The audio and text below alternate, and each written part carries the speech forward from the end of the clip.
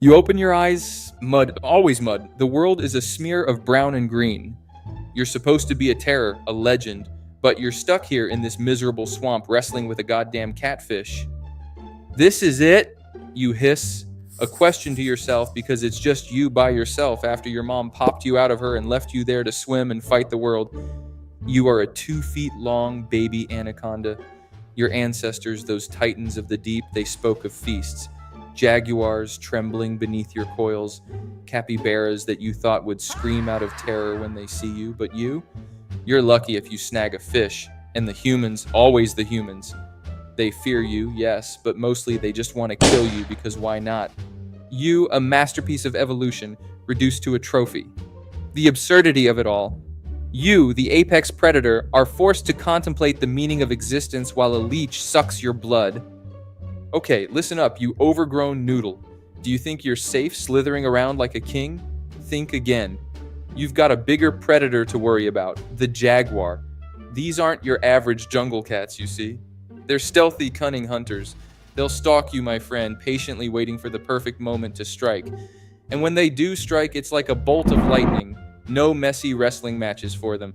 Just a quick, precise bite to the back of the neck or skull, and they're like underwater ninjas, gliding through the water with effortless grace. And those jaws? Forget about your constricting powers, buddy. Their jaws are like vice grips, and those teeth? Razor sharp, designed to pierce even the toughest reptilian hide. You better watch your back, noodle. The jaguar is coming for you. Now, imagine that you spend your days basking in the sun, dreaming of capybaras and caimans, those poor, unsuspecting souls destined to become your next meal. Then comes the hunt, a sluggish, agonizing pursuit.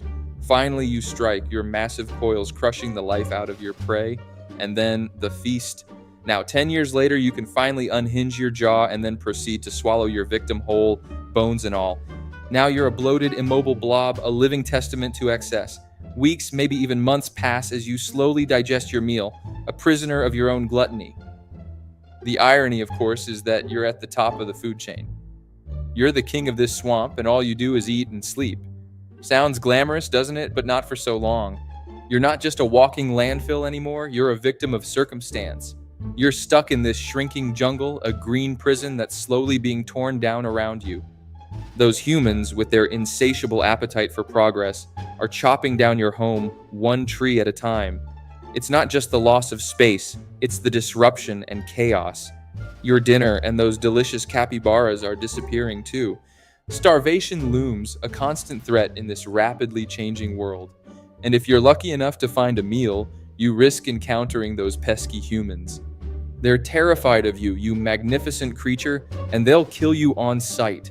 If we talk about a cruel irony, it's that you're the apex predator, and yet you're being hunted like poor vermin. Welcome to the Anthropocene, where even the kings of the jungle are struggling to survive. And if the encroaching humans don't get you with their chainsaws, they'll get you with their fashion sense.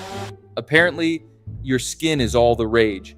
They'll rip it off your lifeless body and turn it into some ridiculous handbag or a pair of shoes that will probably fall apart in a month. So of course you're a creature of elegance, a masterpiece of natural design, reduced to a mere fashion accessory. What a tragic end to be immortalized as a handbag. And suddenly it's April, the rainy season is in full swing, and you're on that once-in-a-lifetime trip to the South American rainforest with your best friends. You're blissfully swimming in the marshes, enjoying the serenity of nature when bam, you spot her. The most magnificent creature you've ever laid eyes on. A female anaconda, absolutely breathtaking. Damn, you think to yourself, she's all mine. But of course, life never works the way you think it does it? Suddenly, you're surrounded. 12 of your best friends are all vying for the same prize. You're now part of some bizarre slow-motion wrestling match, a breeding ball, if you will. Years of diligently swallowing giant animals, honing your predatory skills, all for this? To be reduced to a pathetic loser in a game of who can impress this one female? The dream, the fantasy of mating with the largest green anaconda ever recorded, 32.6 feet of pure, glistening perfection, weighing in at a staggering 594 pounds, crumbles before your very eyes. You're not getting laid. You're not even getting close. Congratulations, old-timer. You've officially entered your golden years, exceeding that ripe old age of 20. Newsflash. You're not the same anymore. Just like those pesky humans, you're experiencing a natural metabolic slowdown. The fancy term for your body is falling apart. Unfortunately, there is no Medicare for anacondas, no retirement homes, and no assisted living. Tough luck, buddy. You spot a plump caiman basking on a nearby log. A surge of adrenaline courses through you, a flicker of your former glory. You coil, preparing to strike, but your body betrays you. The muscles that once launched you into a blinding strike now feel sluggish and heavy. By the time you manage to slither into position, the caiman is gone, a blur of green and brown against the murky water. Everything seems to happen in slow motion now, a stark contrast to the lightning-fast reflexes of your youth. And suddenly, you find yourself struggling to convert that juicy caiman into usable energy. You're practically a senior citizen now, wheezing after your prey like a grandpa chasing after his grandkids. I've tried to capture the frustration and decline in the anaconda's hunting abilities with phrases like muscles that once launched you now feel sluggish, the caiman is gone, a blur, and everything seems to happen in slow motion. Your speed, forget about it. Agility, a distant memory, strength. What strength? You're back to square one, struggling for scraps while those young bucks are out there snagging the biggest, juiciest prey. And don't even get me started on your organs.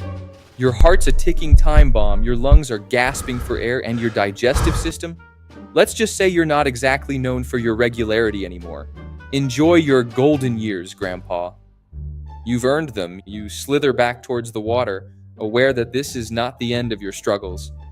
The harsh reality is that most anacondas don't succumb to dramatic ends, but to the gradual death of time and energy. Eventually, the unforgiving jungle reclaims them.